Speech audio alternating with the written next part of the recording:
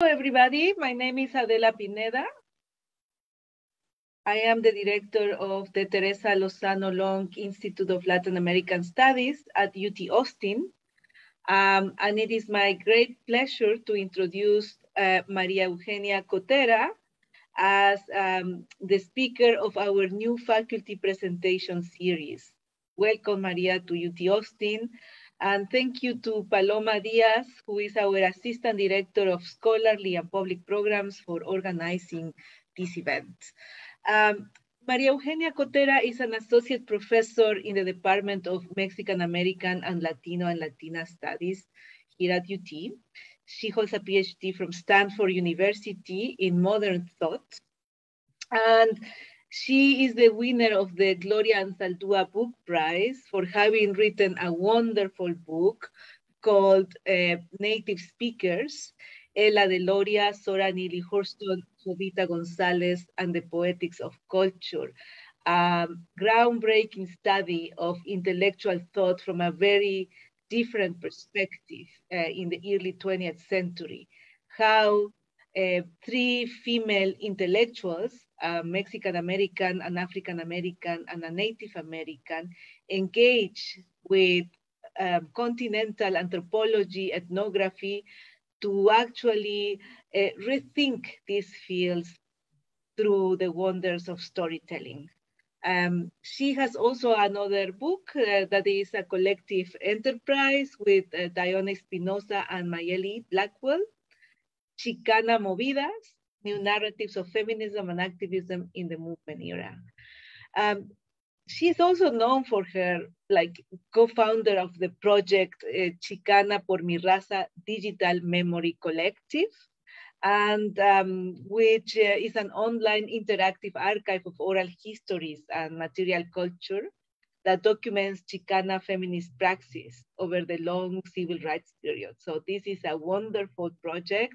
And today she's gonna talk to us. The title is very suggesting, The Archive as Encuentro. So welcome, Maria.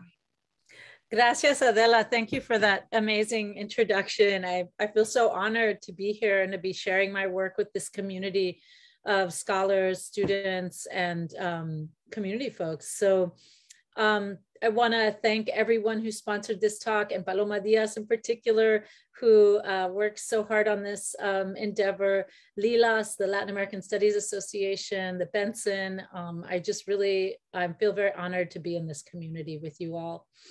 So in this talk, I'm going to offer an overview of the Chicana por mi Raza digital collective project, which is, it's a digital humanities initiative that I've been working on since 2009. The process of working on building this digital archive has really pushed me to reimagine the relations of knowledge production at the center of archival collection. And I should say, I really appreciate your generous description of my first book, which was really mediated by the archive in so many ways. And in writing my first book, I became acutely aware of archival relations of power and how certain archives are collected, others are lost. And so I began to really think about, the process of archival collection itself, which I think as, scholars, we have a tendency to view the archive as almost the raw material for our own interpretive praxis. And I think we forget that, we often forget, and not all of us do, but many of us forget that, in reality, archives are political constructs. Who's in the archive, who's out, is really dependent on conditions of visibility in our scholarship, what I call the feedback loop. And I'll talk a little bit about that. But today I kind of want to begin with some of the ways I'm thinking about the archive as a result of this digital project. I'm thinking differently about the archive as a result of the digital project. And then I want to pivot to a recent field school in archival studies that we conducted in northern New Mexico, which really transformed in other kinds of ways my understanding of who, what, and where the archive is. And so the first half of the talk, I'll just explain the project and the philosophy behind it. In the second half, I'm going to talk about this experience in northern New Mexico this summer. I'm going to share my screen with everyone. A practice we're all very used to now that everyone's teaching online and hybrid and everything else. So here goes, and let's see if I can do it right. Okay. I switched up, as we often do. Scholars are always changing the titles of their talks after the fact. I began to think about the question of placemaking in the archive. And we always tend to think of the archive, right, as inside a building. And so my experience in northern New Mexico really shifted that. And even though, Chicana por mi Raza is not an institutional archive, it's not inside a building, it's a digital archive. This experience in northern New Mexico made me think about space in really different ways, in ways that I think will be very resonant with the anthropologists in this space, I think. So I retitled my talk, Making Place, Making Soul, Archival Encuentros in Northern New Mexico. So first, a little bit about Chicana por mi Raza. So the Chicana por mi Raza Digital Memory Collective is what's called by digital archivists a post-custodial archive, meaning that it does not have a location inside of an institution. There are not physical objects inside of an institution. Instead, we scan objects that are in personal collections in homes largely, and those objects have a life in a digital space, but they remain in the home, right? So that's the most important thing to remember about post-custodial archives. And this post-custodial archive documents the hidden history of Chicana feminist activism and organizing during the movement years. And so for the purposes of this talk, and for the project, we say the movement years, movement of sort of high, the years of high social movement activity in the United States would be between 1965 and 1985, roughly. And this is the rough time frame for our project as well, for the materials that we collect. The project was launched in 2009 in collaboration with Linda Garcia Merchant, who at the time was a documentary filmmaker and is now a recently graduated PhD working at the USLDH, which is the US Latinx Digital Archive, Digital Humanities Project at the University of Houston. In 2013, Marcos Seiferli Valencia joined us as a digital archivist to help get our digital archive in order and has been with the project since. So like most archival recovery projects, CPMR emerged in response to a profound absence in our historical memory.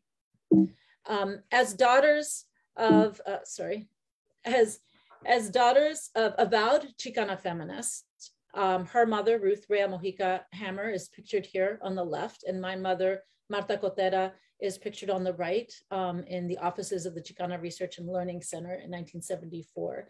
So as daughters of these avowed activists who published and organized in the 1970s and 80s, Linda and I knew that there was a massive untapped reservoir of memory, both embodied and documentary, that was not being collected by institutional archives.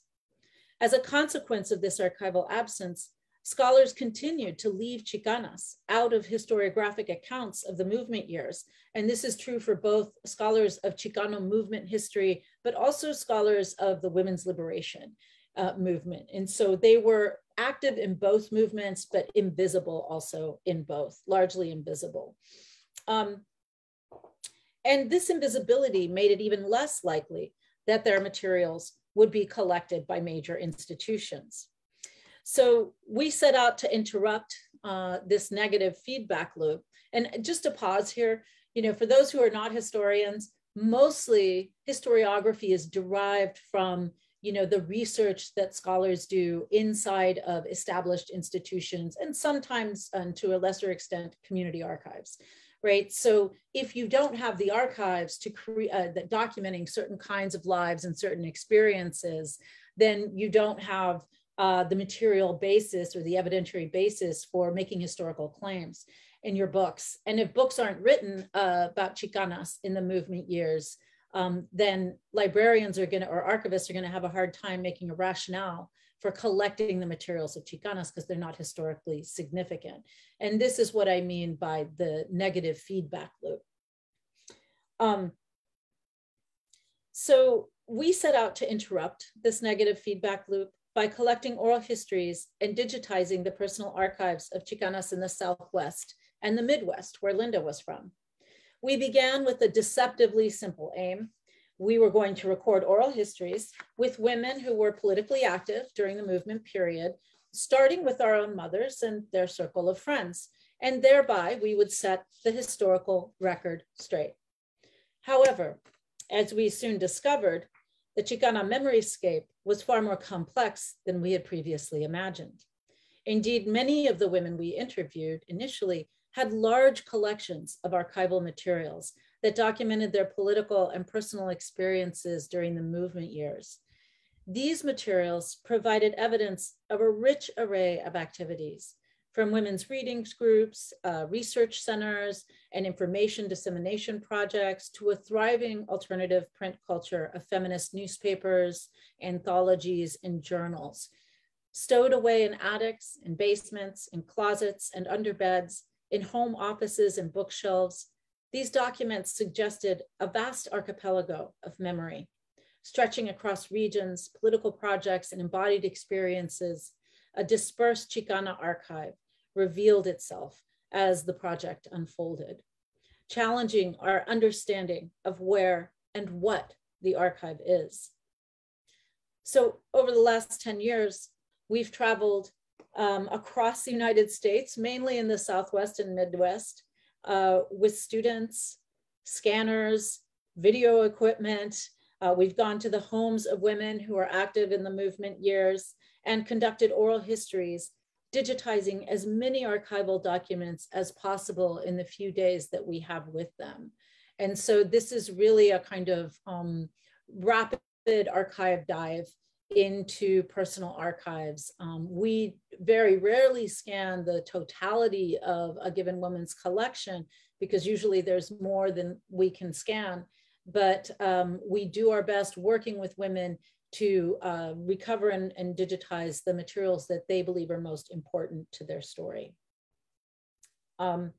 So students, it should be noted, have been really central to the project. They scan and process digitized documents and video. They catalog and apply metadata and upload materials to Clowder, which is our login protected content management system.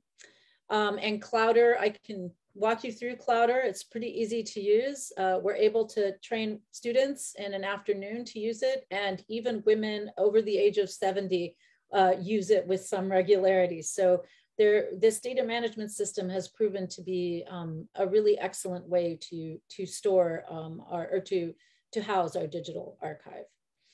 Students also create curations for a public website that we've developed. And these curations, and again, I can show you the website after the talk. These curations include things like biographies. So a student will, for example, process an entire collection, which might include up to 4 hours of oral history and anywhere between 20 and 2,000 digital objects, ranging from photos, posters, correspondence, newspapers, etc. By the end of that process, that student has developed expertise in the woman's life that enables them to write biographies, of course, edited by us, and we ensure quality control. And they also are able to select objects from the archive to curate alongside the biographies. Students also write independent historical essays, drawing from materials across multiple collections in our archives. These essays are housed in the Historias section of our website.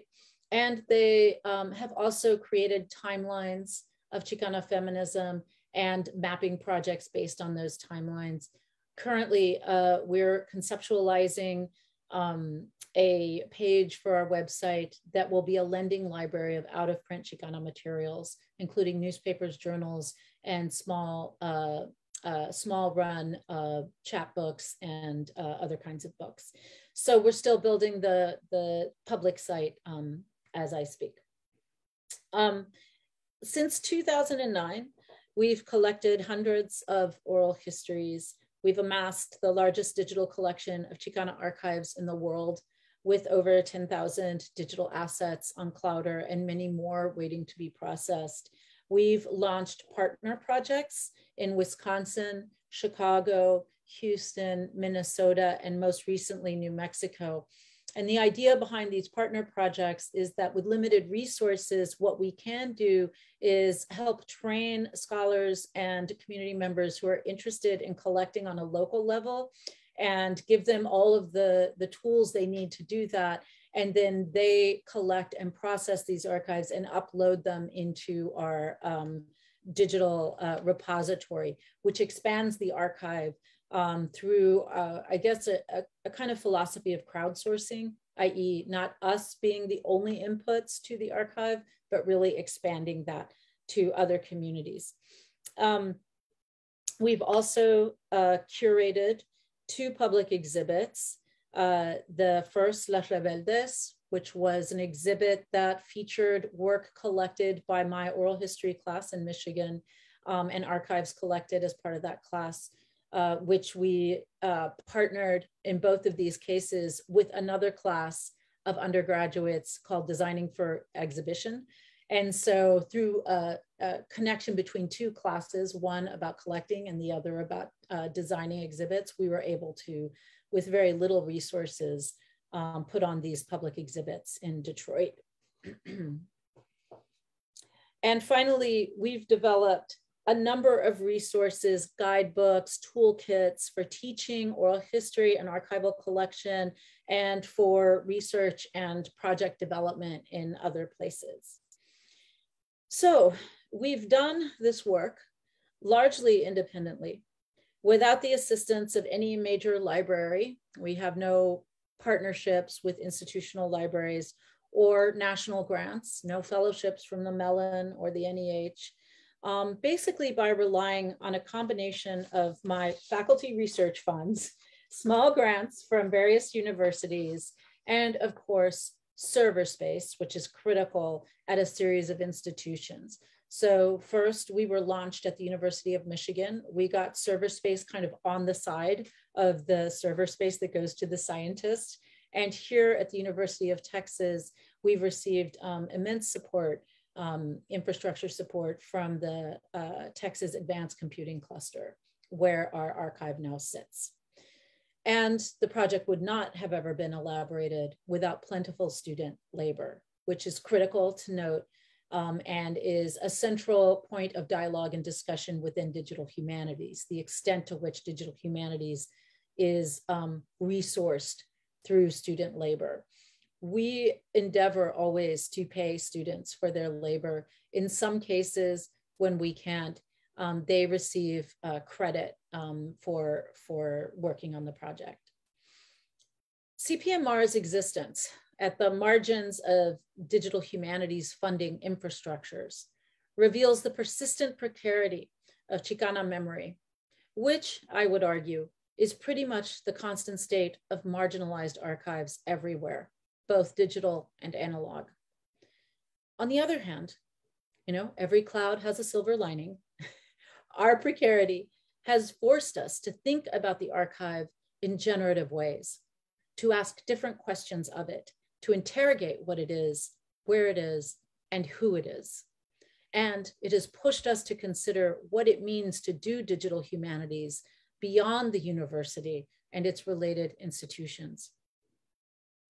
In and through this labor in the margins, we've developed a Chicanx digital memory praxis that centers relatedness and physical and affective ties of intergenerational memory exchange, reimagining the archive as a site of encuentro, a live and multimodal space of transgenerational story sharing.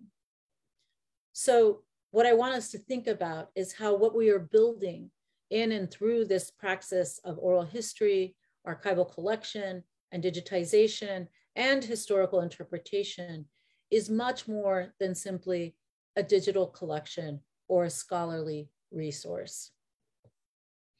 It is also a collective, a structure of feeling, nurtured through many acts of transgenerational memory exchange, both private and public. This approach to archival development demands that we envision the archive as both a site for the preservation of historical memory and a set of living relationships, which do not end once the collection of data is done. The archive thus becomes an active space of encuentro, or encounter. Rather than an end in itself, our digital archive is a memory-keeping technology that allows us to build community online and off. Our memory keeping is grounded in the many acts of remembering and information sharing that constitute, as Cindy Fierros and Dolores Delgado Bernal have argued, a Chicana epistemology that has a long tradition and around, kitchen table conversations, altar keeping. So we really think of memory keeping as an organic technology that has thus far been, and an epistemology that has thus far been understudied amongst Chicana communities, a tradition of history making. This tradition frames our praxis of digital recuperation as a collective endeavor, a process whereby multiple collaborators have a shared responsibility for preserving and activating Chicana memory. It therefore foregrounds relationships over digital tools, self-determination over institutional visibility and assimilation, and capacity building over the development of expertise amongst a select few. Engaging a Rasquachi digital praxis that creatively reuses existing infrastructures, both of power and digital infrastructures to achieve these aims, Chicana memory praxis decenters the university as a site of knowledge power and by building community knowledge hubs and distributed knowledge networks. And there's a definition of Rasquachi for those who need it. So in keeping with these aims, recently, I would say over the last 5 years or so, the project has turned to strategic partnerships with collaborators in regions that are rich in Chicana memory and history, but don't necessarily have access to the critical cyber infrastructure that's necessary to support large-scale digital humanities projects like CPMR. So these partnerships allow us to share the technical knowledge and tools we've developed over the last decade, while adding important documents and oral histories to our digital collection, expanding its geographic scope and proliferating the Chicana archive that we are developing. Our partners also broaden the CPMR collective, bringing new researchers, community members, and students into the fold. Our most recent partnership, a digital archiving field school in northern New Mexico that we taught in June, was first conceptualized in 2018 when the CPMR team, and pictured here is myself and Dionne Espinoza, one of the co-editors of Chicana Movidas, and the editor of this book, Enriqueta Vasquez and the Chicano movement, right? So she went along with us. So we traveled to northern New Mexico to interview Enriqueta Vasquez, who is a central figure in the Chicano movement in New Mexico and beyond. Vasquez was known for her regular column in El Grito del Norte, one of the most noted newspapers of the period, which was published by Petita Martinez, who recently passed, here on the right. And she, Enriqueta, was an important feminist voice, and a very early feminist voice in the Chicano movement and in the struggle for land, indigenous rights, and the preservation of cultural heritage in northern New Mexico.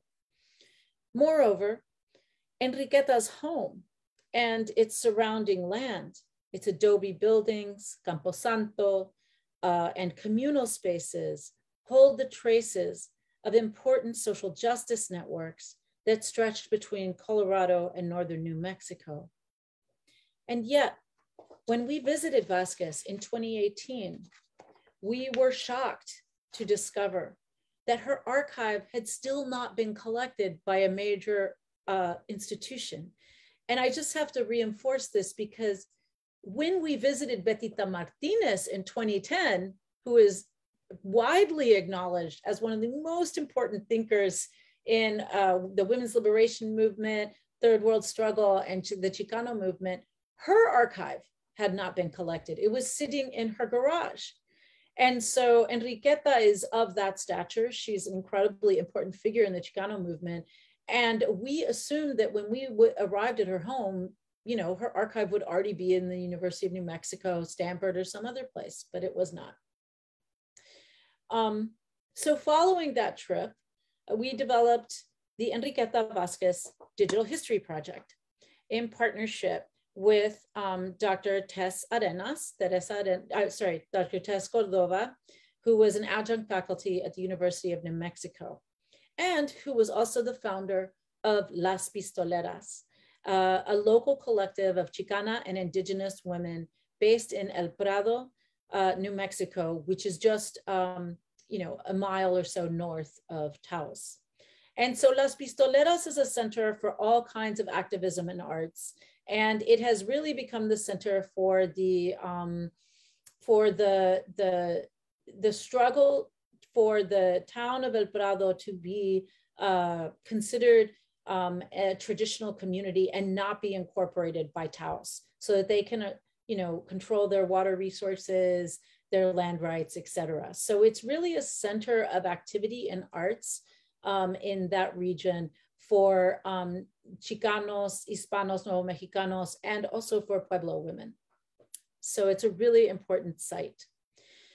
So in collaboration with Dr. Cordova, we designed a 2-week regionally focused field school to be housed at Las Pistoleras, in which students would digitize the remainder of Enriqueta Vasquez's materials for CPMR and prepare them to be acquired by an institutional collection. So when we had visited Enriqueta in 2018, we scanned thousands of pages of materials, including a full run of El Grito del Norte, one of the most significant newspapers in the Chicano movement, a newspaper that is at this point only, the full run of which is really only available in microfilm. So it was really important that we scan this material. So this project, this collaboration with Las Pistoleras was funded through a grant in aid from the US Latinx Digital Humanities Initiative at the University of Houston, a project run out of Arte Público Press, which some of you may be familiar with. We also got funding from the University of New Mexico and staff support from the libraries there. And there were other institutional supporters from across the country, really. So the field school drew heavily on Dr. Cordova's wide-ranging network of scholars and community experts who were part of the Las Pistoleras collective. And the idea was to provide students enrolled in the course with an immersive, hands-on research experience in northern New Mexico that would ground their digital archiving work in the specificities of place. To know a place, we must interview the landscape. This is what Dr. Jaylin de Maria said on the first morning of the first day of the field school, as she shared her approach to digital storytelling with students and community members. This phrase really stuck with me. I knew how to interview people. I knew how to scan archives. I knew about oral history, but what does it mean to interview a landscape?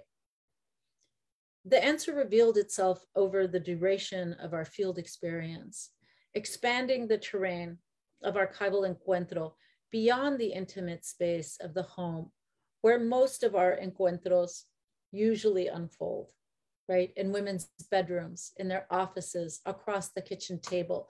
Most of the way I've been thinking about Encuentro had been, I hadn't even realized it, but had really been bounded, right, by the intimate space of the domestic sphere. This idea of interviewing the landscape really illuminated the importance of centering memory keeping in our digital praxis, even as it expanded the way I had been thinking about memory keeping as an intimate process of story sharing between, really just two or a small group of women.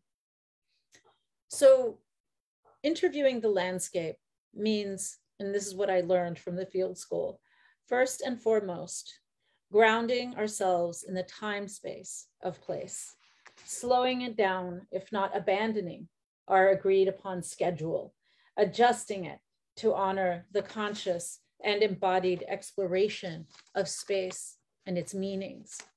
It requires paying close attention to the ways in which space is shaped by social practices that map different meanings onto the landscape. For example, on the first day of the field school, Tessa organized a tour of two burial grounds, the Kit Carson Cemetery in Taos, where the city's white founding fathers are buried, and a somewhat more humble Camposanto, right next door to Enriqueta's home in San Cristobal, where many Chicano movement activists are memorialized. Reading regional space through the landscapes of these distinct sites of memorialization, students began to understand why and how space matters, and how the Camposanto adjacent to Enriqueta's home is a critical part of her story. Interviewing the landscape also means taking time for everyday acts of remembrance, interrupting the flow of learning, to pause with nature and gain a different, more intimate knowledge of space. It also means learning about struggles over space, resources, and autonomy from women like Petra Quintana, who is a Pistolera Colectiva member, who taught us about the importance of traditional water systems, or acequias, to both Pueblo and Mexicano communities. Pablo Martinez told us the story of community efforts to stop dangerous mining in Cuesta, New Mexico, and David Raal offered a different history of the region through vivid storytelling centered on actual events and individuals in the community who were also there to witness his stories. Even our lunch breaks were occasions to reflect on what it meant to be together in this place, documenting this history. Each day at noon, we gathered under the shady portico at Tessa's mother's home, Dr. Kathy Cordova, who's seated here, which is adjacent to Las Pistoleras, to eat a communal meal prepared by members of Las Pistoleras collective who shared the histories and cultural significance of the food they had prepared for us and offered a blessing. Through all of these acts of embodied memory, a collective process of interviewing the landscape unfolded, revealing how our small effort, the digitization of Enriqueta's archive, might fit into the whole as just one more articulation of memory and place.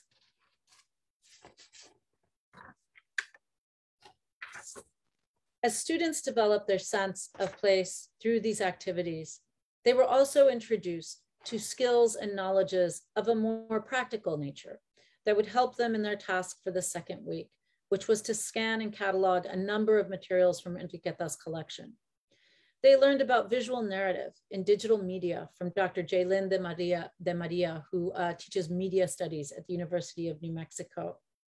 Dr. Margie Montañez, curator of Latino and Latin American collections at the University of New Mexico, led a workshop on archives and archival theory. And I introduced the students to the Chicana por mi Raza Digital Memory Collective, explaining our workflows, processes, and our philosophy. Enriqueta Vasquez visited Las Pistoleras twice. Once at the beginning of the first week, before students had begun the scanning process, and again on the last day of the field school. During her first visit, Enriqueta read from her recently published collection, Cuentos y Poetry, and answered students' questions about her life. An empty chair beside her was occupied by a succession of students who instinctively sensed that respeto required them to not shout their questions from across the room. As each student tentatively approached the empty chair, a new scene of memory exchange unfolded. Many oral histories that reminded us how knowledge of the past is shaped in and through intergenerational dialogue. On the final day of the field school, students revived this impromptu practice, but this time, as they occupied the honored seat adjacent to Enriqueta, they shared their most intriguing archival finds and asked questions about documents they wanted to know more about. These conversations, which bookended the students' digitization of Enriqueta's archive, did more than simply help them to better understand her documents. As performances of intergenerational memory exchange, where respect, relatedness, and deep listening are critical, they highlighted the stakes of our work as memory keepers. The field school also illuminated the precarious conditions of Chicana memory, even in the digital age. As is frequently the case in rural areas, our internet service at Las Pistoleras was excruciatingly slow and was even cut off entirely on the first day when all our students logged in for the first time to the same server. Tess and Linda had to troubleshoot midstream, and they had to switch us to a business plan that was way more expensive, but not much of an improvement, which threw a serious wrench in our data management strategy and our workflows. This digital precarity brought home the systemic disinvestment in the information infrastructures that communities in rural areas need and deserve, a telling reminder of our privileged positions as digital humanists in Research One institutions.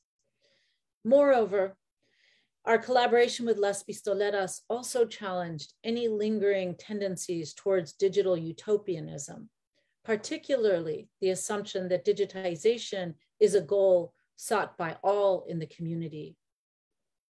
Indeed, when we invited members of Las Pistoleras collective from the Taos Pueblo to bring photos and documents to scan at our community digitization workshop on Sunday, they politely declined, pointing out that not all communities who have been left out of the historical record wish to be digitally preserved.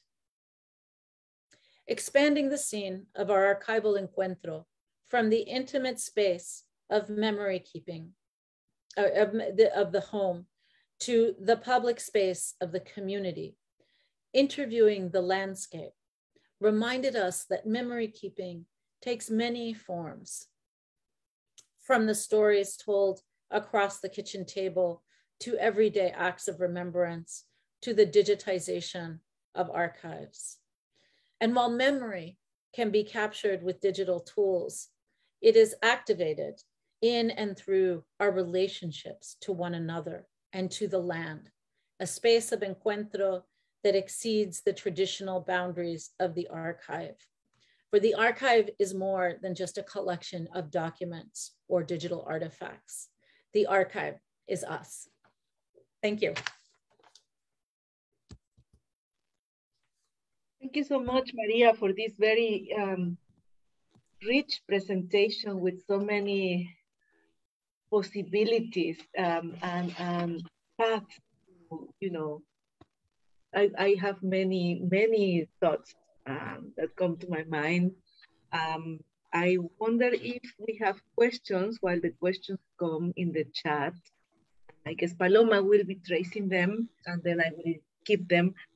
I have to congratulate you because this is a Titanic project. And the way you brought it to us from also your own storytelling, how it started as a very simple, small, particular project and then expanded, like also the web expands, says a lot of what it is behind. My question or my comment would be if you have reflect on a possible paradox between the intimate space and the experience that you bring to the students and the teams that go with you to actually get into this introspective space of memory sharing and recovery, and the expansion that has when it becomes digitized and projected into cyberspace. And then what happens also is that the users are going to see different combinations, different stories that are going to be very detached from that original perspective. And I'm not saying this is good or bad, I'm just saying that this is an aspect that makes us also reflect on the archive based on a media theory, based on media. Like, I was just thinking, even if it's outdated, like McLuhan said, the medium is the message. No? So what happens when this oral storytelling becomes digitized? And if you've thought about this. Yeah, well, that's a brilliant question. And honestly, I can say in the many talks that I've given, nobody has asked me that question, but it is actually, it's a critical question because it does ask us to think about the mediatized space and the sort of, it's easy, for example, it's easy to think about the sterility of the archive, right? It's a common trope. Right. And I played on that trope on several occasions in these slides, the idea that, oh, it's this detached and observational space. It's a resource space. It's not a space of intimacy or encuentro. And, sort of contrasting that with the space over the kitchen table. Well, yeah, that's the obvious thing. Right. But when you think about the mediatized space of the website, and the contrast there between the impersonalization, shall we say, that we associate with the digital medium, because there is a whole discourse around this of, like social media, the impersonalization of social media, lowering the stakes of being rude or, attacking people, and how social media feeds into actually creating distances between people instead of connecting them, or divisions amongst our culture. So I think it's a brilliant question. I would answer it in two ways. Because I do think that the fact that we work with so many students who are digital natives and who don't see the digital space as we do necessarily, or in the stark ways that we do, as a space of kind of, I don't think impersonalization is a word, but I'm going to just use it, the space of distance, and what's been interesting to me about this process is that recently we, through one of my classes, we created an Instagram page to expand the reach of the media reach of the project through various kinds of postings. And in my classes, students post on their reflections on the archive on Instagram.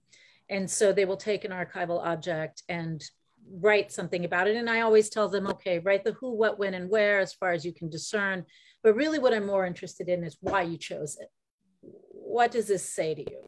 And these Instagram posts have been a site for a remarkably intimate kind of connection to the archive that is still public, but because it's coming from them, and they are digital natives in this space, I can hear someone in the background. There is an intimacy, right, to their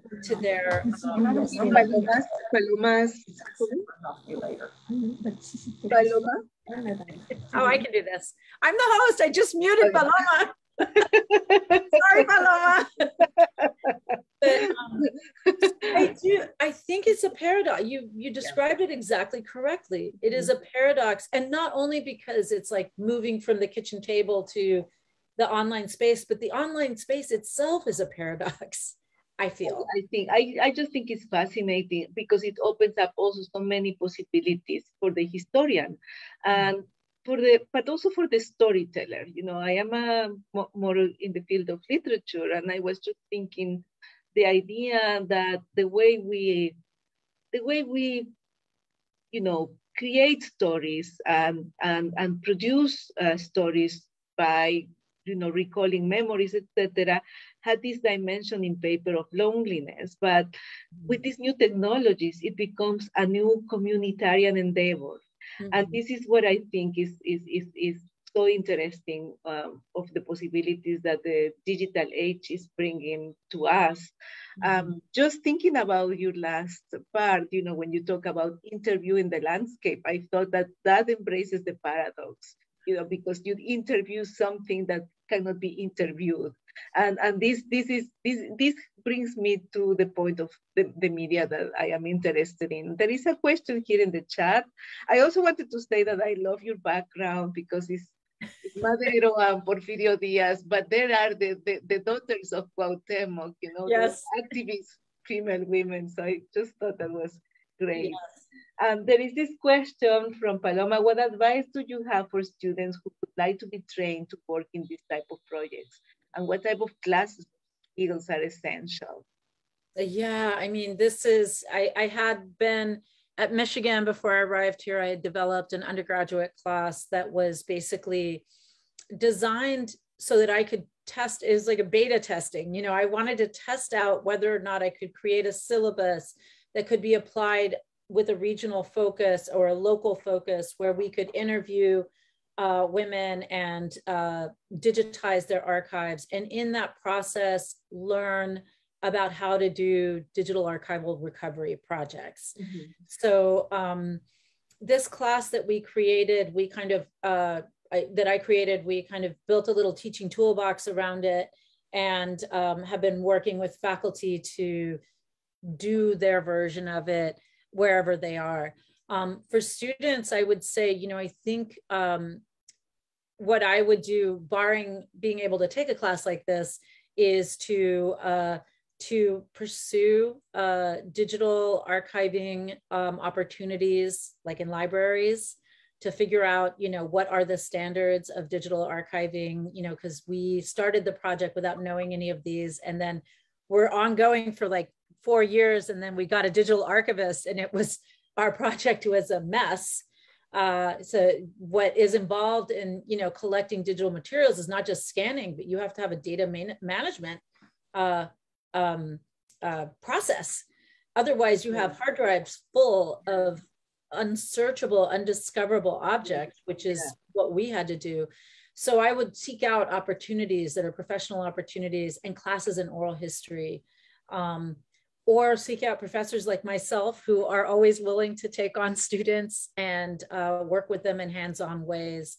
Like I said, we could not have done any of the work, or as much work as we have done, without students who are really committed and enthusiastic, coming with us to California and New Mexico and all over the place, and sometimes just locally, and doing this work. And there is a ton of work to be done. I mean, well, I think this is the best experience for students to learn. I was wondering if you could elaborate more. You said that your project, although is this such an amazing large project, that you have not been using big grants like a Mellon or so. And you've been working with like smaller type of grants and university infrastructure. So how do you see this? Is this a better way to do such a project? It's an interesting question. I don't know if for anyone out there who has applied for major grants from the NEH, Mellon, NSF, there is a massive amount of labor and infrastructure that goes into just not only writing the grant, but also managing the grant. And oftentimes what I have found personally is that you get kind of locked on this treadmill where when a grant, say, is offering $200,000 for a certain or specific kind of deliverable, you change your project to match. Yeah. And so once you have, you're on this treadmill, it's you find yourself, I think, pursuing things that are not necessarily in keeping with what you want to be doing, in search of just money. Once you have a project administrator and your grant runs out in a year or 2 years, you have a responsibility to that person to find another grant. And so what you end up, the grant begins driving, the grant writing begins really driving your goals instead of the goals kind of. Yeah. There's a wonderful book called The Revolution Will Not Be Funded by the Insight Collective. And it's an anthology, but it is a critique of institutional funding initiatives and how they begin to control the message and the agenda of radical projects.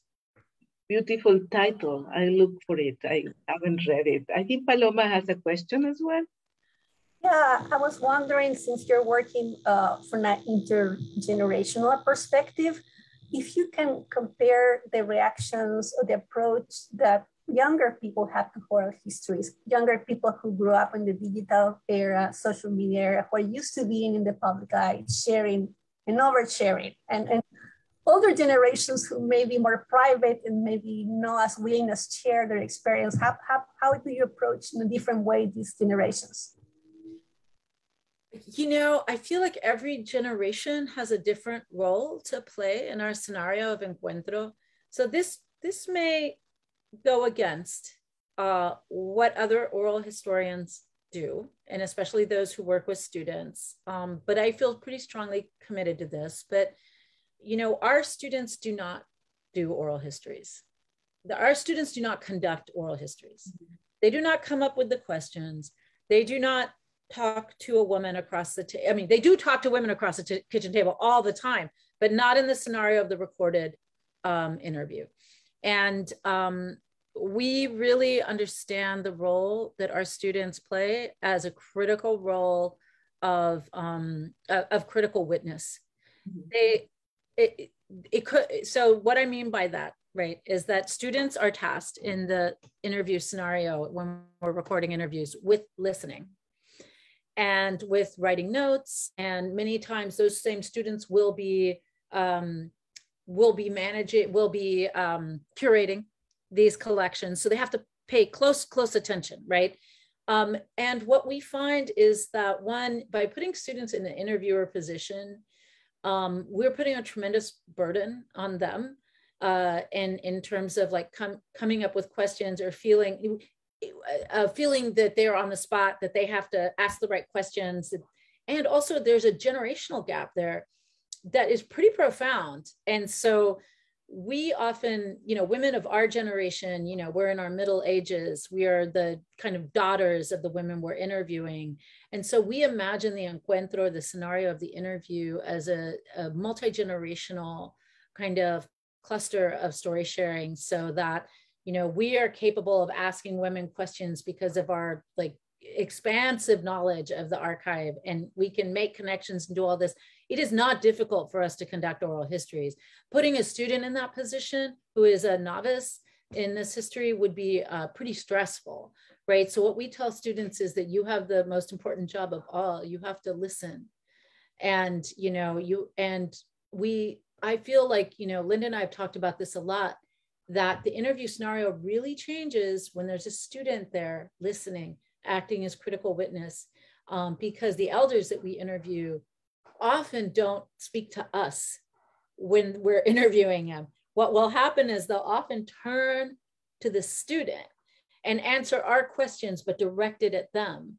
And this is all just speculative and, our sense of things or our intuition about it, but there is a sense in which there's almost like a circuit, right, that is enacted with a student sitting in that room, listening to the storytelling that's happening, that makes that student the audience that is the most important audience for the elders who are speaking to us, more important than us.